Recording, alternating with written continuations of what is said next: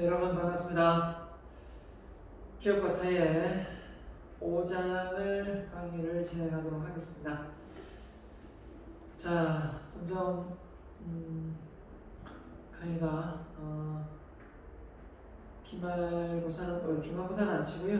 네, 기말고사를 치르게 될 건데 될 수 있으면 대면 수업으로 시험을 꼭 치르고 싶습니다. 근데 지금처럼 코로나 환자가 많이 나오면 지난 학기처럼 대면을 못하고 비대면으로 과제로 점수가 나갈 수밖에 없을 것 같습니다.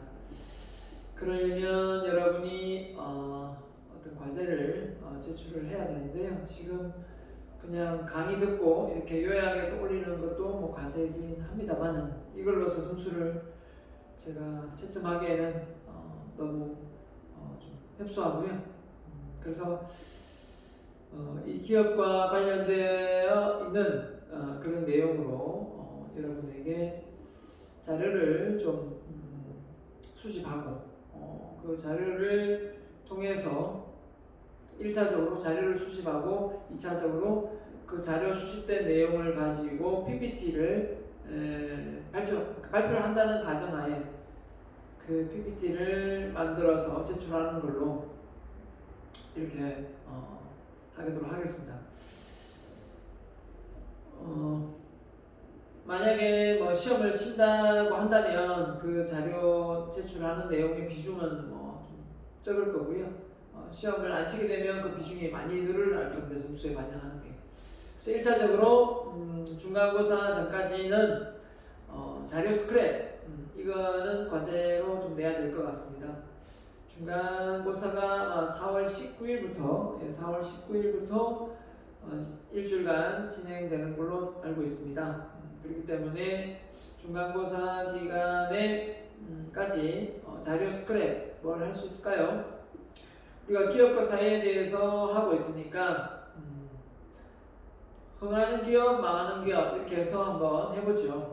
망하는 회사는 왜 망하는지, 잘 되는 회사는 왜 잘 되는지에 대한 그런 자료를 좀 모아서 나중에 PPT 발표 자료로 활용할 수 있도록 그렇게 해서 했으면 좋겠습니다. 그 자료는 그냥 말 그대로 스크랩입니다. 스크랩. 다양한 기업이 있을 수 있는데요. 특정한 기업을 딱 지칭해서 할 수도 있고 아니면 몇 개를 선정해서 잘 되는 기업 쫙쫙 몇 개 하고 안 되는 기업 이렇게 몇 개 할 수도 있습니다.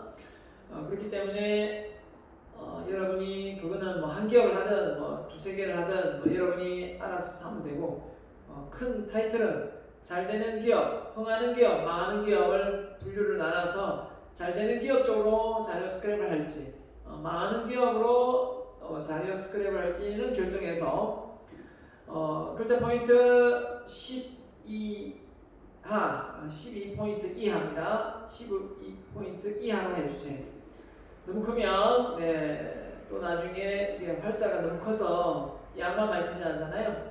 12포인트 이하로 하고 분량은 30장 이상 너무 또 적어도 안되고 많아도 안되고 하니까 30장 이상으로 해서 그냥 자료를 스크랩해서 제출하는 걸로 하겠습니다.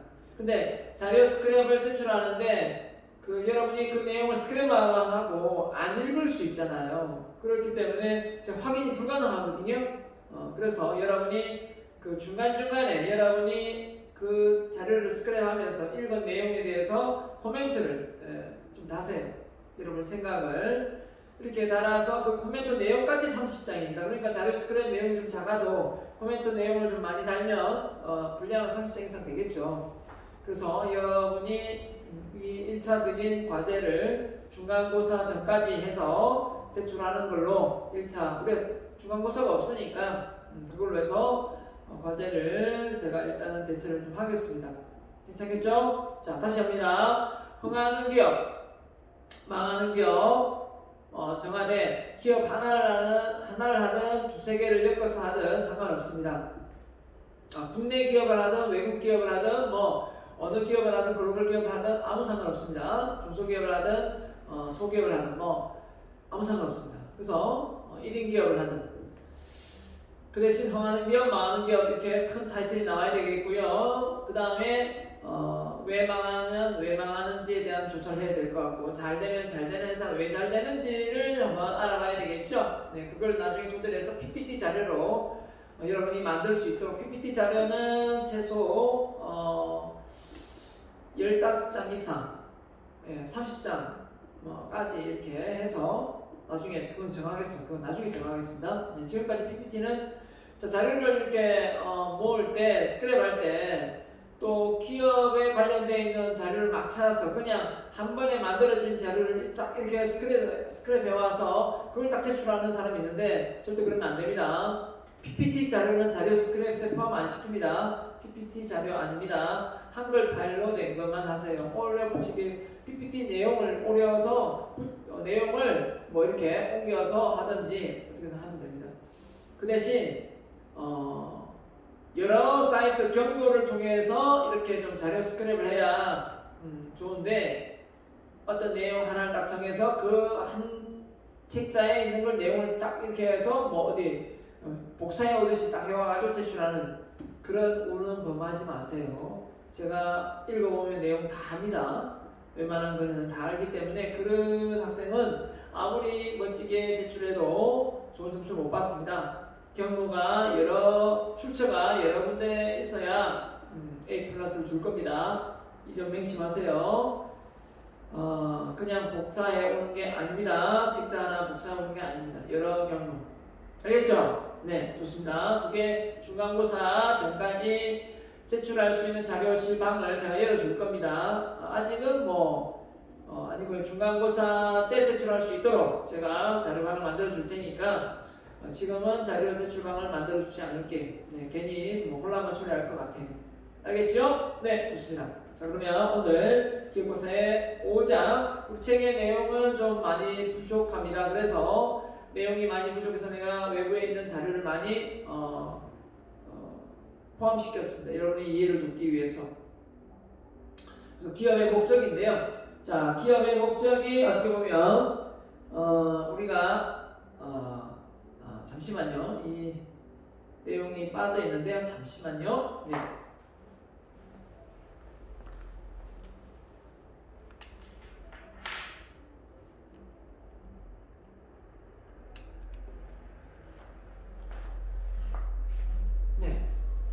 자, 올라가네요.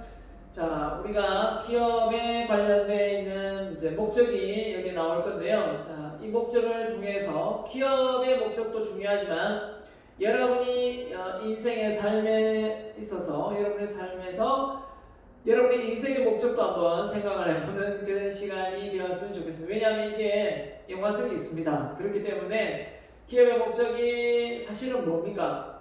이윤추구죠. 이윤추구인데 기업의 목적이 많이 바뀌고 있습니다. 왜 바뀌고 있냐면 사회도 자본주의 국가가 다원화 사회가 되었지 않습니까? 자본주의 사회에서 다원화 사회가 되었기 때문에 우리가 앞서 배웠지만 자본주의 사회는 어떻게 보면 경제적으로 부를 획득하고 이런 게 목적이었다면 다원화 사회에서는 단순히 이윤을 추구하는 걸 넘어서서 누군가에게 편리성을 제공하고 또 개성을 존중하는 그런 이해관계자들과의 상호 윈윈하는 그런 사회가 다원화 사회였기 때문에 이 기업의 목적도 역시 마찬가지입니다. 기업 목적 자체가 기업 하나의 어떤 그 기업이 잘 되기 위해서 다른 여러 기업들, 기관들, 정부들과의 관계 속에서 잘 융합되지 못하고 조화롭지 못하면서 기업의 이윤만 창출하는, 그죠?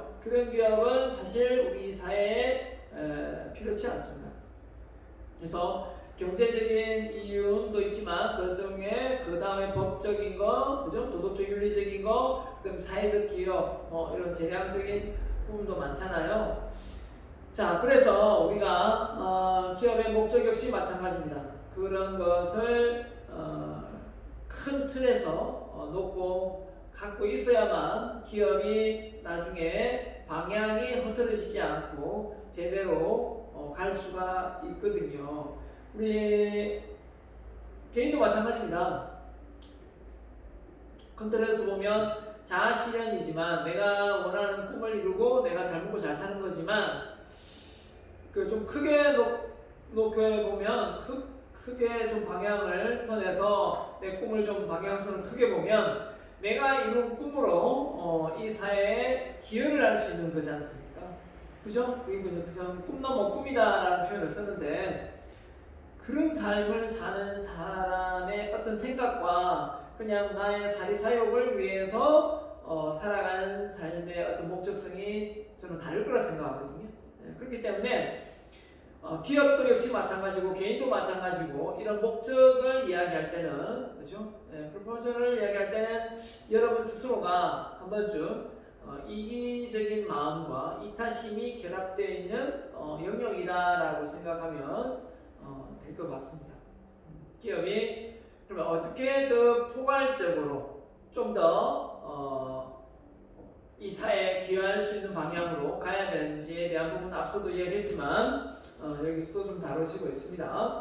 자, 그래서 지금 5장 기업의 목적이 나오고 있고요. 그 다음에 6장은 다음 시간에 하겠지만 기업의 성장과 집중, 기업의 환경, 이해관계자 집단 쭉쭉 그죠? 여기 기업의 사회적 책임에 대한 10장에서 윤리적인 부분도 나옵니다. 그죠? 많이 나오지만 우리 앞서서 조금은 다뤘었고요. 그런 내용이 기업이 사회적인 어떤 포함되어 있는 그 하나의 어떤 단위 체계이기 때문에 기업이 사회에 영향을 주지만 상호 영향을 주는 거죠.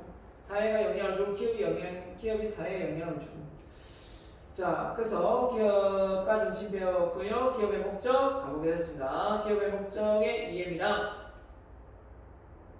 그래서 기업의 목적으로 되는데요. 자, 볼까요? 자, 기업의 목적 개념은 말 그대로 개인, 집단, 조직이 성취하려고 노력하는 바람직한 미래의 상태다. 이렇게 아주 원론적인 말을 해놨습니다. 개인이든 집단이든 조직이 성취하려고 노력하는 바람직한 미래의 상태다. 바람직한 미래의 상태가 뭡니까?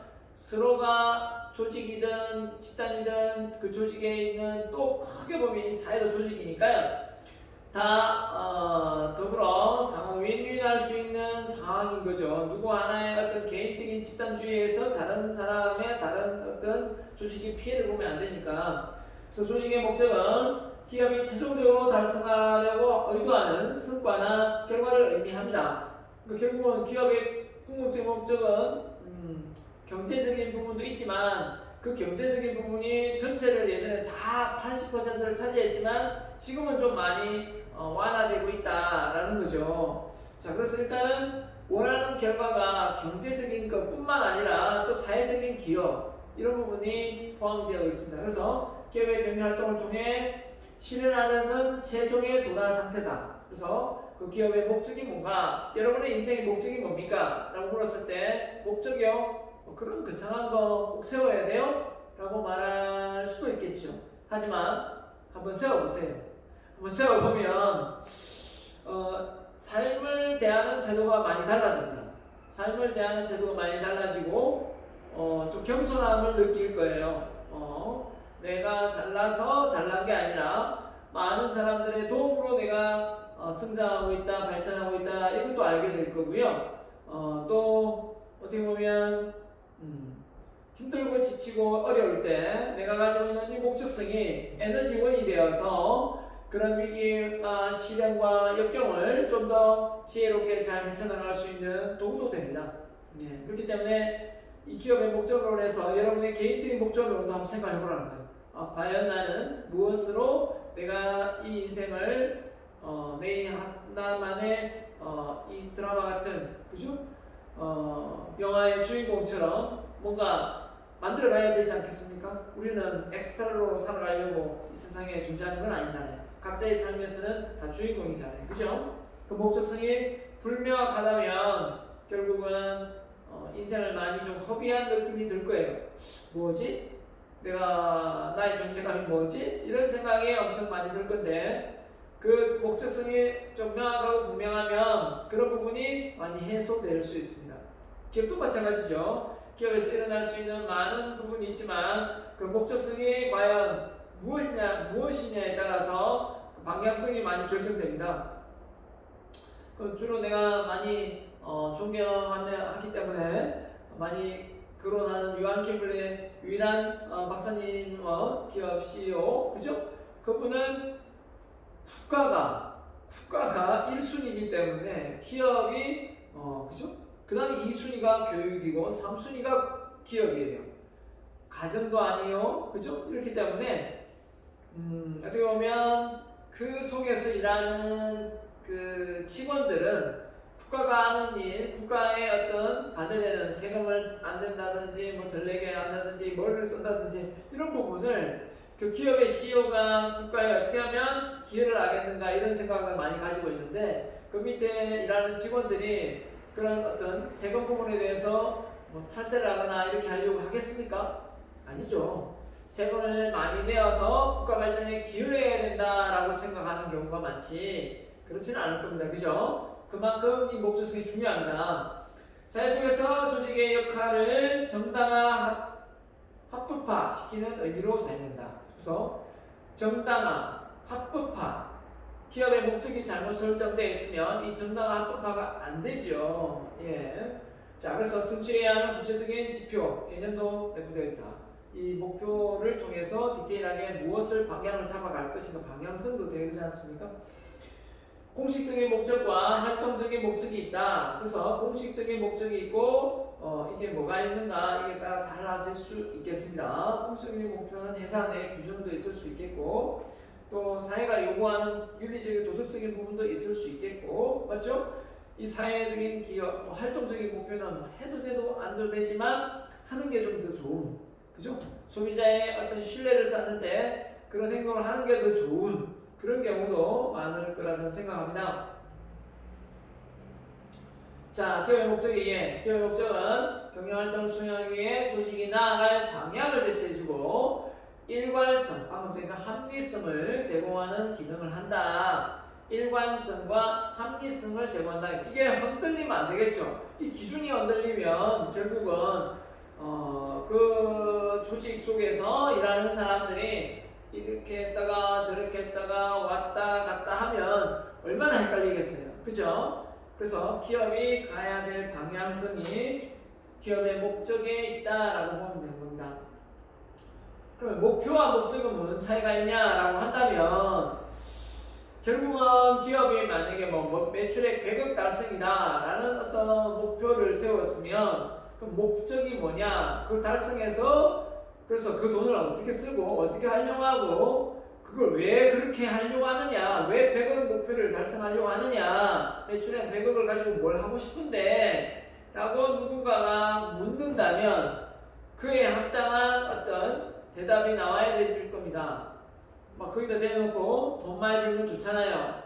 고객 종업원들에게 월급을 많이 줄 수 있잖아요. 이렇게도 말을 할 수 있겠지만 좀 더 고급적인 어떤 답변이 된다면 사회적인 기여를 많이 할 수 있잖아요. 라고 말하면 훨씬 더 멋지지 않겠습니까? 멋진 생각이지 않을까요? 네, 그런 겁니다. 자, 그래서 북한 김정은이가 북핵을 만들고 있는데 자기 체제를 유지하기 위해서 만들지 북한의 그 장기적인 발전을 위해서 저는 만들고 있다고 생각하지 않습니다. 자기 체제가 무너지는 데 있어서 그 핵이 어떻게 보면 공산주의를 주장하는 그 핵이 어떻게 보면 최고의 어떤 자기를 지탱해 줄 수 있는 부분이 아닌가 생각합니다. 그렇죠? 네. 그 때문에 포기를 할 수가 없는 거죠. 근데 그걸 포기하게 할 거라고 그렇게 미국 여러 국가들이 협상을 벌이지만 저는 안 된다고 봅니다. 북한이라는 자체가 민주주의가 되지 않는 이상은 절대 핵을 포기할 조직이 아니다, 국가가 아니다라고 생각합니다. 그럼 어떻게 해야 되느냐? 이 판국에 북한이 핵을 아예 안 만들었으면 모르겠지만 이미 만들어 놓은 걸 폐기하라라고 한달 그 얼마나 폐기하겠습니까? 여러 수천 개 만들어 놓고 한 몇 개만 폐기하고 자기 이득 취할 거 다 취할걸요? 네, 제가 왜 갑자기 이 얘기하냐면 국가가 가지고 있는 원수가 그저 대통령이 또는 거기는 뭐라고 부릅니까? 수령이라고 부릅니까? 하여튼 예? 위원장이라고 부릅니까? 자, 어떤 목적이 있느냐 여기에 따라서 달라진다는 거예요. 그래서 이 목적은 예, 기업 CEO의 마인드가 정말 중요하겠고 그 임원들의 회의에서 올라오는 안건에 대해서 이 기업의 CEO가 수용할 수 있는 마음의 그릇이 돼야만 올바른 기업의 방향성이 나오겠죠. 그렇지 않으면 외골수로 자기가 원하는 대로 막 하려고 할 거예요. 네, 기업은 계속 어떻게 됩니까? 산으로 가죠. 그래서 나중에 뭐라고 합니까? 소통 안 된다고 난리죠. 저는 외부 출강을 가면서 그런 기업들을 많이 봐왔습니다. 예, 그리고 그렇게 힘들어하는 직원들도 봤습니다. 예, 그런 걸 보면서 왜 이 기업이 이렇게밖에 될 수 없나라는 걸 보면 정말 외골수로 옳지 못한 행동을 하면서 전혀 반성의 기미가 없고 변화가 없으니까 좋은 고급 인력이 다 나가는 거예요. 예, 다 나갈 수밖에 없는 겁니다. 자, 그래서 일관성과 합리성을 주장하는데 이 부분이 목적하고 연관성이 있다. 보면 기업의 목적은 무언가? 과업의 설정 기준이 된다. 기준이었죠. 과업 업무를 추진하는데 조직화, 구조를 짠 조직을 짜는데 그 기업의 목적하고 연관성이 있고 여기는 인력이 어느 정도 필요한가 나올 수 있겠고요. 동기부여 수단이다. 제가 어떻게 말을 하다 보니까 이게 이 부분은 약간 인문학 비슷하게 진행될 겁니다. 인문학 진행. 왜냐하면 목적 자체가 그런 어떤 이타심이나 사회적 기업, 어떤 사회적 환원 이런 쪽에 포커스가 맞춰지기 때문에 기업이 단순히 이윤 창출을 넘어서는 부분이라 그럴 수밖에 없어요. 그래서 동기부여 수단이 되는 거예요. 자, 내가 나 혼자 잘 먹고 잘 살겠다 생각하고 사는 사람하고 내가 온 가족 또는 주변 이웃들도 보살펴 주겠다, 이웃의 발전을 도모하겠다라고 생각하고 살아가는 삶이 같을 수가 없잖아요. 같은 생각이 들 수가 없거든요. 네, 그래서 동기부여 수단이 되는 거예요. 아, 저 사람은 뭔가 생각이 좀 고차원적이구나. 그래서 뭔가 이 사회에 기여하고자 하는 바가 크구나. 이런 것도 느끼게 됩니다. 의사결정 수단, 결정을 못 내릴 때 이 목적이 어느 방향으로 되어 있느냐에 따라서 결정되겠죠. 그 다음에 기업 평가 수준. 이 기업의 목적이 바로 목표인 거죠. 목표인 건데 목표가 있음으로 해서 목적이 나오니까 결국은 기준이 되고 될 수밖에 없습니다. 자, 첫 번째 과업의 설정 기준이다 나와 있는데요. 기업의 목적을 달성하기 위해서 과업 범위를 명확하게 설정한다. 과업이 이렇게 영역이 있다면 그 영역에서 추구하는 바가 있을 거 아닙니까? 근데 그걸 자꾸 늘려가다 보면 나중에 분산을 할 수밖에 없는 거고요. 그 분산을 하지 못하고 너무 문호발식으로 많이 하다 보면 결국은 기업이 쪼개지기 일보 직전에 불미스러운 일로 쪼개지는 경우가 많습니다. 처음부터 그 방향성을 정확하게 나눠서 하면 그런 불미스러운 일은 잘 없죠. 자, 그래서 기업의 일관성을 유지하고 자원을 효율적으로 활용할 수 있는 범위를 설정한다. 예, 그죠? 자원은 한정돼 있으니까 시간적인 것도 자원이요, 인력도 자원이요, 원재료도 자원이요. 이래가 안 되면 저래고 저래가 안 되면 요래고 이렇게 여러 번 해보고 하면 다 시간 낭비요, 임금비 낭비요, 다 돈 낭비지 않습니까? 소비자의 기대하는 범위를 설정한다. 그래서 소비자가 무엇을 요구하고 있는가 그런 것도 역시 과업의 설정 기준이 될 수 있다. 자, 조직의 방향을 제시해주는 수단이다. 이런 겁니다. 그래서 저 역시도 강의를 하면서 이렇게 학교에서 강의를 하고 있지만 이 강의를 통해서 가져가고자 하는 어떤 방향성은 단순히 그냥 돈을 벌어서 잘 먹고 잘 살자라는 부분도 없지 않아 있지만 그것만은 아닙니다. 제가 이 강의를 하면서 늘 여러분도 많이 느꼈을 거예요. 제 강의를 들으면서 어떻게 보면 이 강의는 책에서 배우는 내용도 있지만 그냥 외적으로 제가 해주는 내용들이 많을 거예요. 그 느낍니까? 네, 저는 그런 소리 많이 느껴요. 그래서 책에 없는 내용을 교수님의 소신껏 인생의 교훈으로 삼을 내용들을 많이 말씀해 주시는데 그 점이 정말 저는 이 교양 과목을 잘 들었다고 생각됩니다. 이런 내용의 메일을 많이 받았어요. 그래서 물론 이걸 싫어하는 학생도 있어요. 네, 왜냐하면 안 그래도 엄마 아빠한테 잔소리 듣는데 또 여기서 잔소리 들어야 되냐, 책에 그냥 나와 있는 내용만 얘기해라, 왜 쓸데없이 교수님 생각을 그렇게 많이 이야기하느냐 라고 말하는 학생도 간혹 있습니다. 간혹. 네, 많지는 않아요. 근데 간혹 있습니다. 근데 그런 학생도 사실은 나중에, 지금은 깨닫지 못하지만 나중에 세월이 지나서 어떤 시기가 되면 그때는 알게 될 겁니다. 내가 왜 이렇게 책에 없는 내용을 더 곱씹어가면서 추가해가면서 여러분한테 계급을 물어가면서 이야기를 하는지요. 예, 삶이 우리 인생이 그렇게 호락호락한 것은 아니잖아요. 그죠? 네. 자, 그래서 이 목적이 없다. 그럼 여러분이 한번 생각해봐야 되는 목표가 없는 거지 않습니까? 조직의 기준, 조직하는 기준이다. 그래서 기업의 목적이 과업을 달성하려면 조직을 효율적으로 합리적으로 구성해야 된다. 그 인력이 어느 정도 필요한지 적재적소에 배치를 해야 되겠죠. 조직에 주어진 일을 어떻게 수행할 것인가, 그 방법은 무엇인가, 업무 특성이나 범위에 따라 조직의 성격, 방향은 어떻게 설정할 것인가 라는 겁니다. 그 중에 4차 혁명 시대 AI 기술의 발달로 그죠? 어떻게 되고 있습니까? 인력이 많이 축소되고 있죠. 앞으로 자동차가 제조되는 데 있어서 지금의 인력이 3분의 1 정도밖에 필요치 3분의 2가 나가야 된다라고 말할 정도입니다. 자, 이런 걸 놓고 볼 때, 자, 우리가 이 조직화에서 사람이 차지하는 비율이 낮지만 그래도 그 속에서 살아남는 사람은 어떤 사람이니까요? 바로 머리를 쓰고 단순 반복적인 일에 놀아나지 않고 뭔가 창조적이고 혁신적이고 도전적이고 이런 사람이 아마 마지막까지 살아남을 거라는 제 예측입니다. 그렇기 때문에 안주하는 삶에서 벗어나야 됩니다. 안주하는 삶에서 벗어나야지만 그 조직에서 만약에 구조조정 바람이 분다면 마지막에 나올 수 있는 사람이 되는 겁니다.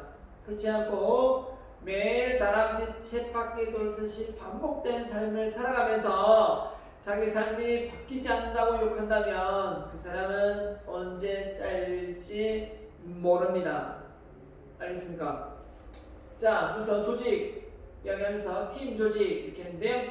예전에는 이렇게 하이라키 조직, 이렇게 수직적인 어떤 피라미드 조직이었다면 이게 플랫 조직이죠. 이렇게 중간에 어떤 역할을 하는 참모진이 많이 줄어들고 축소되었습니다. 왜 그러냐면 그만큼 이게 시간이 많이 보고되는 방향의 소통이 원활하겠습니까? 여기서 보고서를 올려서 여기 중간에서 다 이렇게 잘리지거나 자기 식대로 왜곡되어서 보고가 될 경우가 많죠. 그러다 보니까 오히려 소통이 안 되고 불통이 되는 경우가 많았죠. 그러나 이 중간을 없애다 보니까 바로바로 직접 이렇게 소통이 되기 때문에 빠르게 결정되고 빠르게 업무의 효율성도 좋아지게 되는 겁니다. 기타, 자, 모래시계 조직이다. 자, 이렇게 항아리 조직이 모래 조직 중. 자, 우리나라의 그 부익부 빈익빈 현상을 보면 지금 이 중간층이 잘 살아야 되는데 잘 사는 사람하고 못 사는 사람이 빈부의 격차가 뭐 10배, 100배 뭐 이렇게 하는 경우도 많잖아요. 자, 사람에 따라 다르겠지만 이러면 이런 상황으로 바뀌어야 되는데 계속 이렇게 되면 뭐 어떻게 되겠습니까? 결국은 그 나라가 그 조직이 그 회사가 어려움에 처할 수밖에 없겠죠. 자, 그래서 지금은 이 조직 자체가 정말 그물망처럼 얽혀 있어요. 네트워크화 영역이고, 그 다음에 모래시계 방향이고, 꽃송이형 이런 경우도 있고, 조직이 뭐 기타 등등 많습니다. 자, 우리가 그냥 버추얼 조직이다 이렇게 표현했는데 물리적 공간이나 장벽이 없는 무경계 조직이다. 경계가 아주 바운더리가 뭐 어떻게 된다고요? 없다 이거죠. 왜 그럴까라고 했더니 초연결, SNS의 발달로, 기술의 발달, 인공지능의 발달로 이 초연결되어 있다 보니까 어떤 기준이나 부서 간의 어떤 이 장막이 깨진 거죠. 그죠? 자, 그래서 많이 위탁하고 더 기술력이 있는 사람한테 OEM 방식으로 제조를 해서 상품을 붙이고 하기 때문에 결국은 기업이 가지고 있던 고유의 핵심 기술 빼고는 다 외주를 줘서 이렇게 조립해서 파는 경우가 많습니다. 그게 바로 미국의 델 컴퓨터사가 돈을 많이 버는 거 아닙니까? 자, 모든 창제 조직의 핵심 역량만 연결한다 이런 조직. 그래서 버추얼 조직은 결국은 이 플랫폼 시장을 통해서 많은 전문가들이 직접 관리가 되어질 수 있는 부분도 없잖아 있지만 이 경계가 허물어졌기 때문에 그죠? 자연자재로 소통되어야 되는 게 맞죠. 자, 교차되기도 하고 이렇게 네트워크로 하나의 플랫폼으로 연결되어 있기도 하고 오케스트라 형식으로 이렇게 완전히 분산되어서 쪼개진 경우도 있습니다. 자, 그래서 스컹크 조직이다. 각각의 조직이 나란히 있지만 결국은 다 연결되어 있습니다. 그 다음에 키맨 조직이다. 예. 많이 그물망처럼 몇 개 있지는 않지만 그래도 어느 정도의 핵심들은 다 남아있는 거죠. 자, 아주 오래된 처음 조직이 이제 기능별 조직이고, 자, 이 기능별 조직은 말 그대로 페이어리 생산성 관련 페이어리 추정했던 이론하고도 일맥상통합니다. 자, 부서와 부서 간의 의존성, 상호작용이 많이 필요하다. 자, 그죠? 상호작용이 소통이 많이 필요할 수밖에 없어요. 소통이 잘 안 되죠. 상업자의 계획, 감독, 조정, 표준화된 일반 규정이 여기됩니다. 전문 지원 집단의 그죠? 조정과 연결이 되어 있다. 이렇게 되겠습니다. 자, 그래서 이번에는 부분별, 그러니까 사업부별 중공업이 이렇게 떨어져 나가는 것처럼 부분별 1사업부, 2사업부, 3사업부, 사업부별 안에 다시 방금 했던 기능별 기능이 다 그대로 되어 있는 거예요. 한마디로 하면 이 하나가 하나의 작은 회사가 되는 겁니다.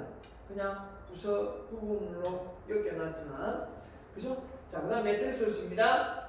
아예 뭡니까? 제조, 판매, 연구 의견은 그대로 두고 이 제품 군별로 다 교차된다는 겁니다. 다 활용돼. A 제품 만들 때도 가능하고, B 제품 만들 때도 가능하고, C 제품 만들 때도 가능하고, D 제품 만들 때도 가능하다는 거죠. 결국은 이 제품군은 어떤 부분에서 특징적인 부분은 작아지겠지만 이 공정을 거쳐서 뭔가 진행되는 점은 일치하게 된다라는 거죠. 자, 그래서 기업의 목적 세 번째입니다. 동기부여 수단이다. 동기부여. 자, 그래서 기업의 목적이 불명확하면 직원들의 사기가 떨어질 수밖에 없다 이 말이죠. 목표 달성을 위해서 행동을 유발하게 하는 방법을 의미한다. 행동을 유발하게 하는. 목적이 분명하면 내가 어디를 향해 가야 될지를 알기 때문에 저돌적으로 바뀝니다. 그죠? 목적을 효율적으로 실행하기 위한 동기부여. 그 다음에 노동과 삶의 질을 향상시키는 의지를 심어 줄 수 있죠. 노동력과 삶의 질의 향상. 네, 그렇습니다. 그래서 저희의 동기부여 수단은 뭐 여러 가지가 있겠지만 매슬로우의 욕구 단계를 통해서 어떻게 보면 사람이 가지고 있는 어디 동기가 끌어올려질 거라고 생각하거든요. 자, 피지컬, 말하자면 그죠? 생리적, 그죠? 안정적, 그 다음 뭡니까? 소속 또는 존경받을 욕구, 그 다음에 자아실현 욕구거든요. 결국은 밑에 어디까지요? 여기까지가 저차원 욕구고 여기서부터 고차원 욕구입니다. 저차원 욕구와 고차원 욕구를 구분할 수 있는 기준은 이기심만 있느냐, 이기심 플러스 이타심까지 포함되어 있느냐라는 겁니다. 그래서 이기심이 다 빠지고 이타심만 있는 거는 그건 심만이 할 수 있는 거고, 그죠? 자비를 베푸는 모든 자산을 빈손으로 와서 빈손으로 가기 위해서 모든 것을 헌납하는 경우에 해당돼요. 근데 자식들한테 자산을 유산을 물려주는 사람들이 많기 때문에 죽을 때 모든 자산을 사회적인 환원으로 돌리는 경우는 있긴 있지만 잘 없습니다.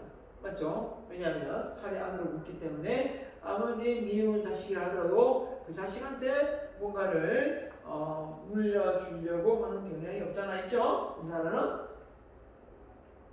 그래서 자기 초월이다. 자기 초월이 뭐냐? 자기가 원하는 것 이꼬르 타인의 어떤 원하는 것까지 해결될 수 있는 부분이죠. 자신은 미적 욕구, 지적 욕구, 뭔가를 배우고 깨우치고 나아가는 그런 부분을 이야기하고 있는 겁니다. 자, 그래서 우리가 욕구 단계를 놓고 본다면 이 부분에 대해서 잘 알고 있는 만큼 뭔가 동기도 생길 거다라는 겁니다. 자, 누굽니까? 워렌 버핏이죠. 워렌 버핏도 사람인가 봅니다. 그렇게 돈도 많고 몇백조를 가지고 있어도 이렇게 햄버거 하나를 먹으면서 기분 좋아하는 노인이라는 걸 알 수가 있어요. 네, 그러니까 결국은 아무리 돈을 많이 벌도 먹는 거는 두세 배를 먼저 먹을 수는 없다. 물론 맛있는 거, 더 맛있는 것을 사 먹을 수 있는 확률은 높겠지만, 그죠? 자, 어느 게 동기가 생깁니까? 이쪽 고속도로처럼 보이는 이곳을 달리고 싶습니까? 이 외길인 이런 오솔길 해야 되나? 이런 사람이 한 사람, 두 사람 걸어가기가 힘든 이 부분을 보면서 동기가 생깁니까? 이 부분이 동기가 생기죠. 달리고 싶으잖아요. 막 달리고 싶으시잖아요. 이 좁은 데서 막 달리다 사고 나면 떨어져 죽겠죠. 자, 그런 것 자체가 바로 동기입니다. 동기가 있느냐, 뭘가 하고 싶어 하느냐, 이런 거죠. 동기가 있느냐. 자, 그 다음에 XY 이론인데요. 자, 이게 무슨 말이냐. X 이론은 이겁니다. 사람은 원래 게으르다. 게으르기 때문에 정말 주어진 일만 하고 딱딱 수동적으로, 그죠? 능동적이 아니라 수동적이고, 다른 말 피동적이라나요? 책임을 지고 싶지 않고 책임을 회피하고 야망이 없다, 목표가 없다, 이런 겁니다. 그러니까 이런 직원들은 어떻게 해야 되느냐? 제대로 관리해야 된다. 지시 내리고, 그죠? 안 하면 뭐라고 하기도 하고 채찍을 드는 거죠. 자, 근데 이런 이론은 X 이론에 속합니다. Y 이론은 이와 반대입니다. 아니다. 그게 아니다. 뭐가 아니냐? 사람은 통제, 지시 이런 거 싫어한다. 맞죠? 통제, 지시 이런 거 싫어합니다. 물질적 보상 이런 뭡니까? 조직의 수직체계 이런 거 싫어합니다. 맞죠? 이런 거 싫어합니다. 이런 통제받고 질서정연한 거 이거 되게 싫어하거든요. 잘해보고 싶습니다. 내가 좀 돈을 적게 받더라도 마음 편한 사람들하고 일을 하고 싶다라고 말하는 사람들이 참 많습니다. 결국은 X형, Y형에서 사람은 Y형에 가깝다라고 생각하는 사람은 자유를 주고 어떻습니까? 여유를 주고 시간적 여유를 주고 이렇게 기다리는 반면 성격이 급하면 이렇게 닥달해서 뭔가를 지시 내리고 뭔가를 빨리 바뀌길 바라겠죠. 네. 자, 그 다음에 로젠탈 제이콥스 실험인데요. 자, 이거는 선생님들이 모르게 하고 아이들도 전혀 모르는 상태에서 몇몇 선생님이 딱 이렇게 말했습니다. A반 B반 나눠가지고 아이들 IQ 수준이나 성적 수준은 다 똑같은데 A반에 들어가가지고 이렇게 말했습니다. 2반 아이들은 지금 머리가 그렇게 썩 좋지도 않습니다. 그리고 공부에 대한 별 의지도 없는데 선생님이 잘 한번 가르쳐서 아이 성적을 한번 올려보세요 라고 말했습니다. 두 번째 사람들한테 가서 뭐라고 했냐, 선생님한테 가서 이 아이들은 선생님 정말 전국에서 내노라는 똑똑한 똑똑쟁이들입니다. 선생님이 잘 관리 가르쳐서 좀 더 현명하고 지혜로운 사람이 될 수 있도록 그죠? 해주십시오 라고 했습니다. 어떻게 됐을까요? 자, 이 A는 뭡니까? 아이들이 어떻습니까? 똑똑하다 했습니까? 반대로 했습니까? 네. 그래서 선생님 자체가 지혜롭고 아이들이 똑똑하다 이거 하고 아니다. 지혜롭지 못하다 뭡니까? 좀 질 떨어진다. 이걸 받은 선생님하고 아이들을 대하는 태도가 달라지더라는 거예요. 한마디로 얘기하면 아이들이 좀 잘못을 하더라도 내가 잘못 가르쳐서 그렇지 얘들은 지능이 아주 우수한 애야. 그러니까 내가 좀 더 잘 가르쳐야 돼. 이렇게 생각하는 선생님이 있고요. 말 그대로 애들은 지능이 월등히 좋은데 얘들은 좀 지능이 떨어진다는 말을 전해 들은 선생님은 가르치다가 뭘 잘 모르면 역시 그렇지 얘네들은 지능이 좀 안 좋잖아. 능력이 안 좋으니까 얘네들은 잘 가르쳐도 안 될 거야 라는 생각을 하더라고요. 결국은 그 선생님이 반응을 어떻게 하느냐 이거 아닙니까? 결국은 어떻게 전해 들었느냐에 따라 학생들을 대하는 태도 또한 달라지더라라는 겁니다. 결국은 이런 걸 놓고 볼 때 우리가 알고 있어야 될 게 뭘까요? 바로 잘 될 거다, 잘할 수 있다 라고 생각을 해야 되겠죠. 그게 동기거든요. 그랬을 때 더 성장하고 빠르게 변해갈 수 있다는 겁니다. 맞죠? 자, 기대 이론입니다. 제 기대 이론. 자, 우리가 어떤 기대를 하느냐 안 하느냐에 따라서 보세요. 각각 어른 욕구가 90이고 어른 30입니다. 근데 기대가 0.25, 여기는 0.9예요. 이걸 곱하기 하면 훨씬 더 뭐가 됩니까? 기대가 커집니다. 기대가 커져요. 한마디로 욕구가 좀 낮더라도 그 기대가 크면 훨씬 더 좋은 결과로 이어지더라라는 겁니다. 그죠? 그 기대가 있어야 돼요. 결국은 이 목적성이 그런 걸 역할을 한다는 거죠. 이 목적성이 동기부여 수단을 갖고 있기 때문에 그 목적에 도달해야 된다는 어떤 기대가 있다면 나는 도달할 수 있을 것이다 라는 기대를 가지고 있다면 훨씬 더 성과로 이어질 수밖에 없는 겁니다. 자, 그 다음에 네 번째입니다. 의사결정이에요.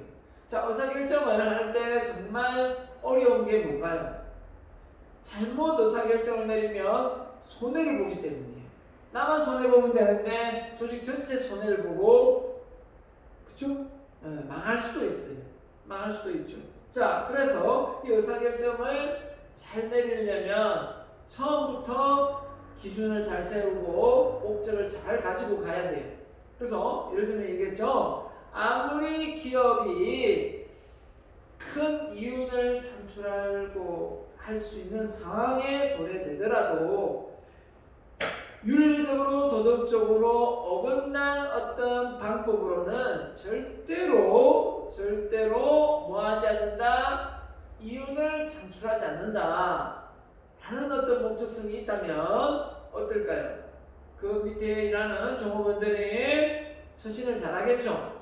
그래서 회사가 잘못한 일이면 회사가 변상을 해줘야 되는데 그게 소비자가 잘못한 것처럼 해서 말 그대로 서비스를 안 주는 그런 경우가 있잖아요. 예를 들면 자동차 같은 경우는 리콜을 많이 하는데 원래 처음부터 결함이 있는 걸 만들어 놓고 분명히 그 부품은 고장이 나는데 소비자가 이 제품을 잘못 사용해서 고장이 났으니 이거는 값을 다시 지불하고 서비스를 받을 수 있다라고 하면 소비자는 좀 억울하잖아요. 맞죠? 어차피 고장나는 건데 잘못 만들어진 제품이기 때문에. 그러나 처음부터 잘못 만들어진 제품이기 때문에 리콜이 되면 무료로 서비스 해주는 게 맞죠. 그런데 그걸 속이고 소비자가 잘못한 것이냐 이렇게 되면 문제가 되는 겁니다. 자, 그래서 이게 이제 내부적인 어떤 고발이 나오고 윤리적인 부분이 많이 거론되는 게 사실입니다. 조직 문화 속에서는. 근데 이런 것을 목적에 두지 않고 그냥 이윤에 눈이 멀어 기업을 중문구식으로 막 이랬다 저랬다 해결한다면 그 밑에 일하는 종업원들은 얼마나 머릿속으로 헷갈릴까요? 아니 이렇게 해서 이렇게 소비자를 속여가면서 돈을 벌고 싶을까? 라는 생각을 하게 되는 거죠. 그래서 신뢰를 잃으면서 그 기업에서 그냥 벗어나고 싶은 거예요. 벗어나고 싶은 거죠. 이런 상황이 되면 안 됩니다. 이런 상황이 되면 안 되고 결국은 뭐냐? 그 기업을 신뢰하고 따라갈 수 있어야 되겠죠. 그러려면 뭡니까? 이런 의사결정을 내릴 때 목적성이 분명해야 되겠죠. 기업 목적이 의사결정을 해야 오류를 막아준다. 합리적 의사결정을 위한 기준이 제공할 제가 낸 정보 IT 기술을 활용하여 의사결정을 내는데 이게 무슨 말입니까? 많은 빅데이터를 통해서 그 데이터를 분석해서 CEO에게 오면 그 데이터를 통해서 의사결정을 내기 때문에 좀 더 합리성 하지만 어디까지나 제한된 합리성입니다. 왜냐하면 정보를 이 세상에 있는 정보를 다 끌어올 수는 없잖아요. 제한된 합리성이다 이 표현을 씁니다. 기업의 평가와 기준이다. 경영활동의 결과를 평가하는 기준인데 경영활동의 결과를 제공하여 문제점을 개선하고 수행된 성과와 계획된 목표치를 비교하여 평가한다. 자, 여러분이 올해 2021년도에 여러분 스스로가 내가 인생을 잘 살았나 못 살았나 평가를 하려고 합니다. 그런데 처음에 세웠던 목표나 목적이 없어요. 근데 무슨 수로 잘 살았나 못 살았나 평가할 수 있나요? 평가할 수가 없습니다. 그냥 대충 감으로 올해 뭐 별로 한 게 없네, 잘못 살았네 이렇게 할 거 아니에요. 그러나 처음에 그 목표나 목적을 정확하게 세워서 나중에 딱 체크했더니 전혀 이루어지지 않았어요. 아 이거는 뭐 때문에 안 됐고 뭐 때문에 안 됐고 정확히 알 수가 있는 거죠. 그래서 평가 기준이 될 수밖에 없습니다. 맞죠? 평가 기준. 자 그다음에 통제의 개념이 되거든요. 통제는 세 가지가 있습니다. 뭐가 있냐면 사전 통제, 동시 통제, 사후 통제. 자, 사전 통제는 미리 지의 어떤 그 준비 과정 속에 통제가 일어나는 부분이 되게끔 됩니다. 문제를 예견해서 이게 좀 문제 되겠다 하는 부분을 통제하는 거고 이제 동시 통제는 그 일을 진행하면서 수시로 중간중간에 교정을 하는 부분이 동시통제입니다. 대부분이 이제 사후 통제를 하는데 일이 이제 터지고 난 상황이에요. 소비자가 불만을 표출하거나 뭔가 제품에 하자가 있거나 이런 경우가 많아요. 그래서 옛날로 보면 이게 참 많았어요. 근데 요즘에 SNS 발달해서 소비자가 바로바로 뭐가 안 된다, 뭐가 불만이 많다 이렇게 그림이 오잖아요. 불평이 오면 바로바로 이렇게 그 부분을 해결해주는 동시통제가 지금 성행하고 있다. 이렇게 보면 되겠습니다. 자, 그래서 통제의 절차는 상당히 뭡니까? 목적, 목표, 설정 기준에 실제 성과에 어떤 비교했을 때 결과치가 달성이 안 됐을 경우에 통제를 하게 됩니다. 그죠? 잘 되면 굳이 뭐 통제를 할 필요가 있겠습니까? 네, 이렇게 보면 되겠고. 자, 그 다음에 기업의 목적이 변합니다. 어떻게 변했다 했습니까? 기업은 단순히 시대적 상황, 사회적 가치 변화에 따라 기업의 목적도 변화되어질 수밖에 없습니다. 사회적 기여를 안 하고 싶어도 조그만 중소기업도 몇백억씩 사회적 환원을 하는데 대기업이 그걸 못하고 있다고 생각해 보세요. 그러면 얼마나 속된 말로 쪽팔리겠습니까? 그죠? 예, 그냥 가만히 있는데 욕먹는 거죠. 왜냐하면 주변에서 너무 잘해버리니까. 그죠? 예를 들면 가족이 대가족이 있다면 큰아들, 장남이 뭘 부모에게 못하고 있는데 밑에 있는 동생들이 부모한테 너무 잘해버렸어요. 그 가만히 있는 장남이 같이 안 했으면 별 볼 일 없을 텐데 밑에 있는 동생들이 너무 잘하니까 장남이 못하는 게 비춰지는 거죠. 똑같아요. 대기업이 솔선수범해서 사회적인 환원과 기여를 많이 하면 문제가 없겠지만 그러지 않고 조그만 중소기업이 이렇게 코로나 문제로 지역 주민 발전을 위해서 도모하고 이렇게 하는데 발벗고 나서는데 대기업이 가만히 있다 생각해보세요. 얼마나 웃기겠어요. 똑같습니다. 그래서 경영활동을 합리적으로 추구하기 위해서는 사회적인 가치에 부합하는 경영이 요구된다. 그래서 이게 좀 중요한 내용이 나와 있습니다. 자, 이게 객관식 문제로 나올 수도 있으니까 잘 보세요. 조직의 내부 중심에서 내부와 외부 중심으로 바뀌었다. 판세가 바뀐 거죠. 다원화 사회가 된다고 했잖아요.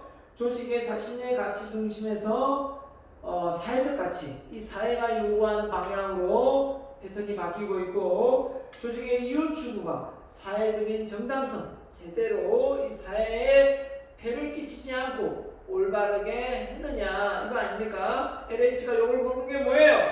바로 직원들이 탄압해서 땅을 결국은 그 지역사회 어떤 그 땅을 가진 사람들에게 부가 돌아가야 되는데 그 땅을 먼저 선점해서 싸게 사서 나중에 고가에 팔아먹는 그런 정당성이 합리성이 어긋남이 있기 때문에 지금 정부가 요걸 바가지로 먹고 있는 거 아닙니까?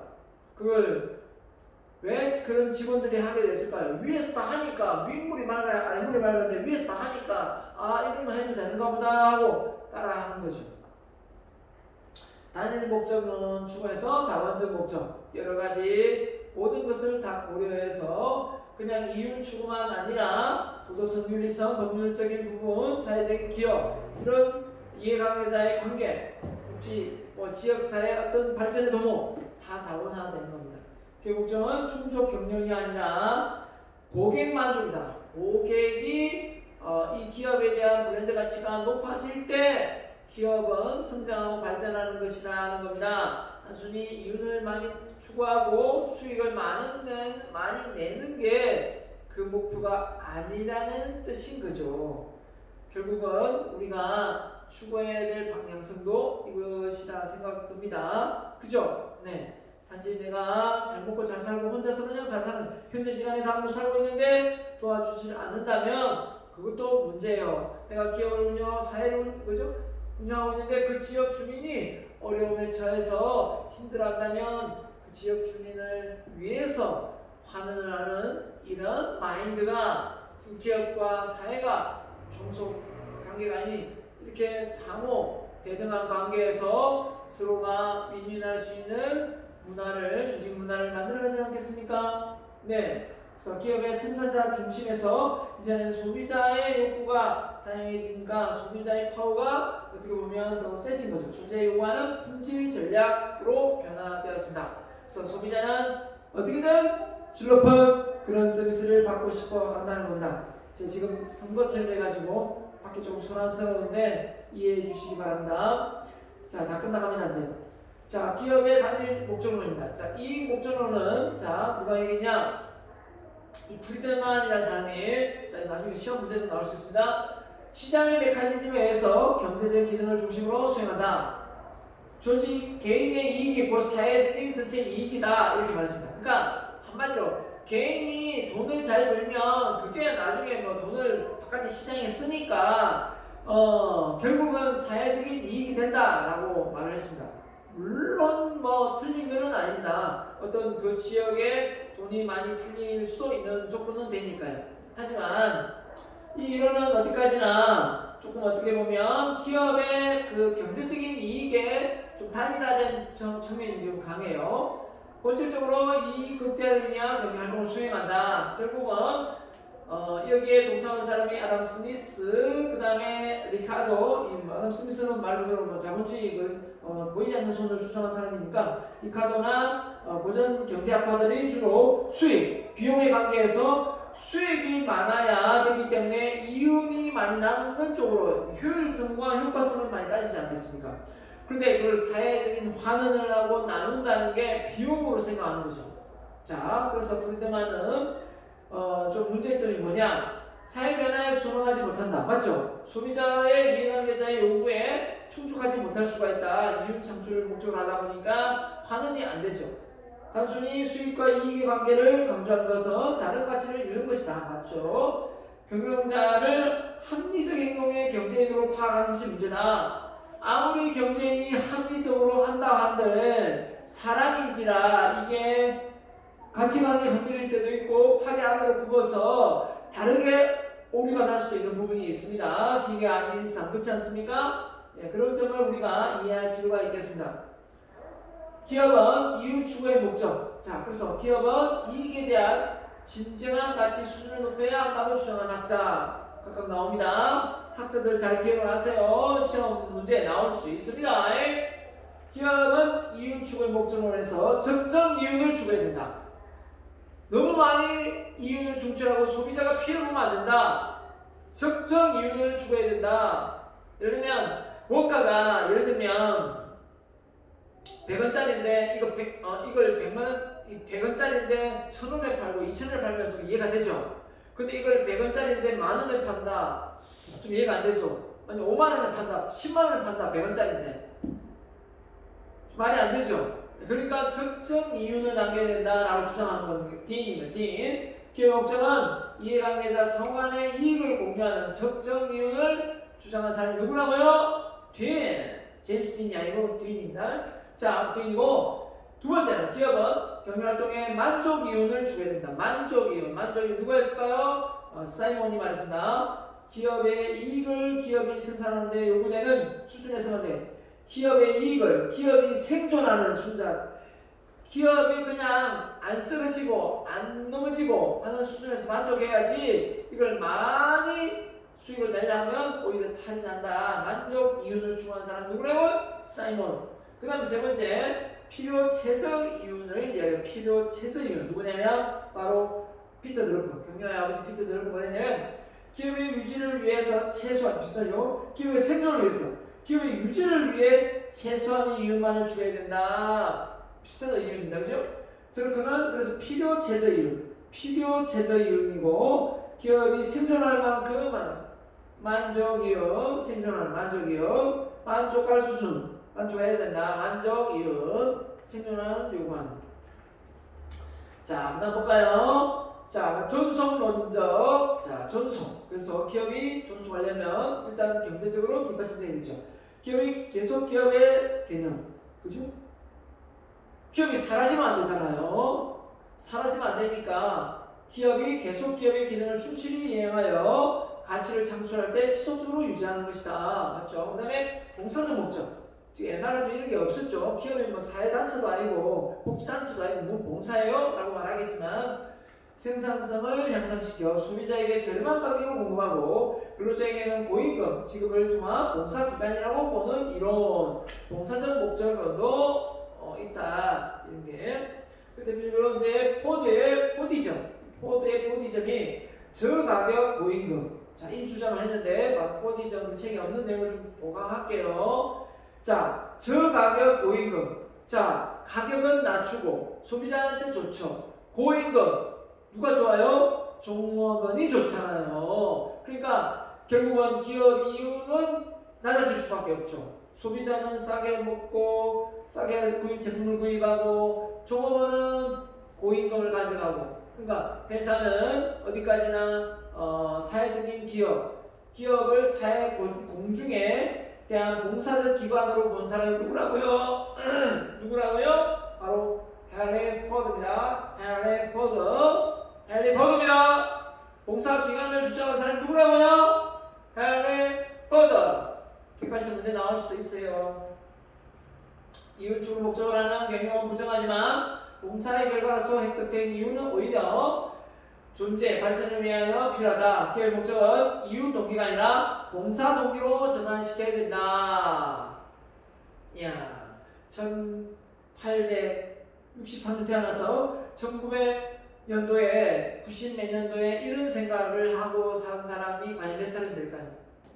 이때 당시 우리나라 같으면 정말 그냥 이윤 추구, 기업의 어떤 성장과 어떤 평창을 위해서 매진했던 시기라고 보는데요. 예, 참 존경할 만하네요. 투자가와 근로자의 경영을 해방하기 위하여 자기 금융으로 조달하는 것과 고임금을 지급함으로써 근로자의 이탈을 막을 수 있다고 주장했다. 그러니까 투자가와 근로자로부터 경영을 해방시키기 위하여 자기 금융으로부터 조달하고, 그러니까 투자를 많이 받으면 많이 배당을 줘야 되니까 그러지 말고, 그죠? 네, 그래서 그만큼 근로자에게 더 많은 이익이 돌아갈 수 있도록 하는 거죠. 오히려 이직을 안 하고 그만두지 않더라는 거예요. 자, 그래서 기업의 다음 목적론, 자, 성장의 목적론입니다. 기업은 경쟁을 통하여 성장, 발전합니다. 그래서 당위성에 의하여 성장 목적을 추구한다. 규모의 성장, 어떤 그죠? 규모의 경제, 크기죠. 성장 경제. 이게 없으면 기업은 망하죠. 망할 수밖에 없습니다. 그래서 계속 끊임없이 성장, R&D 분야에 많은 투자를 해야 되겠습니다. 맞죠? 그 다음에 균형 목적론입니다. 지속적인 성장 유지를 위해 다양한 부분에서 균형적인 관계. 자, 뭡니까? 기업의 내부와 외부의 균형을 유지해야 된다라는 게 균형 목적론이고요. 그 다음에 영리의 목적론. 자, 앞서는 프리드만. 이 프리드만이 이 영리적인 부분을 많이 얘기했죠. 경제의 목적, 비경쟁을 강조하는데 사회 목적 목표인 개인적 목표에 비해 상호작용적인 관계 시스템을 균형적으로 유지하면서 이윤이 창출해야 한다. 자, 사회적 요구, 공공의 이익, 사회적 책임.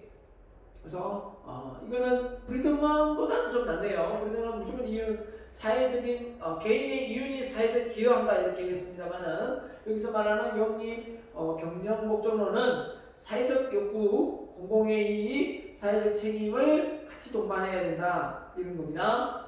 그래야만 이윤 창출해야 된다 이렇게 얘기했습니다. 영리 경영 목적론. 자, 여기까지 하고요. 6장을 마무리 짓겠습니다. 자, 기말고사 기간까지 여러분이 흥하는 기업, 망하는 기업 자료조사에서 제출하시면 되겠습니다. 일단 자료조사 많이 하세요. 30장 이상 하는 겁니다. 네, 강의는 여기까지 하겠습니다. 수고 많으셨습니다.